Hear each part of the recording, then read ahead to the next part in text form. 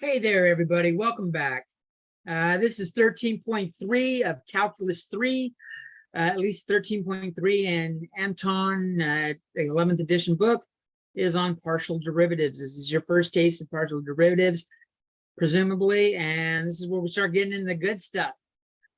So when we've got functions of two or more variables, it's common to look at the rate of change for one variable by treating any of the other variables as constants. Okay? So like if we've got z equals f of xy, we can take the derivative with respect to x only, or the derivative with respect to y only. So let's just look at holding x constant and looking at the rate of change in y. So we're going to do a partial derivative with respect to y. We call that df dy, or in this case, since it's z, dz dy. Notice the d is different. It's got a curly d.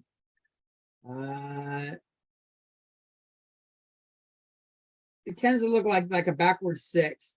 Sometimes I'm a little sloppy and mine looks a little like a 2. That's not a very good D right there. Okay. Let's just edit that a little bit. And then we could do the same thing with holding y constant. The rate of change in x is the partial derivative of f with respect to x, or the partial derivative of z with respect to x. These are called partial derivatives, and we got a couple types of notations. We do this partial d of f with respect to x. We could write it ddx, the partial ddx of f of xy. A common way to show it's the derivative with respect to x is subscripts, f of x of xy, or just fx. And we could also do dz dx with partial notation again. Some books call it f1, like x is the first variable, so they say f1 is a subscript. You will see d1, like derivative 1 of f, or big dx like this of f. I don't like those notations right there. I stick with these on the left over here, but I thought I'd show them to you. The same holds true with y.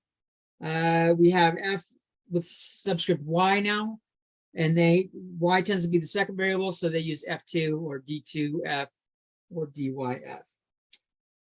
Limit wise, if we're looking at the limits, the partial derivative of f with respect to x is the limit as delta x goes to 0 of f of x naught plus delta x comma y naught minus f of x naught y naught all over delta x. So y naught isn't changing, it's a constant here. We do the same thing with y. The limit as delta y goes to 0. Not very exciting. Let's take a look at how we're going to use them. So f of xy, we're going to do an example. It equals 1/4 x to the 4th plus x squared y squared plus 1/3 y cubed. Let's find the partials or partial derivatives at the point 2, 3. So there's a couple ways of doing it. The full way is, I'll do x first. So I'm doing the partial derivative with respect to x of the function evaluated at 2, 3. And so that gives me x cubed, y squared remains a constant, 2x squared comes 2x, and then 1/3 y cubed is a constant, so it just goes to 0 when we take the derivative. So we got x cubed plus 2xy squared evaluated at 2, 3. We get 44.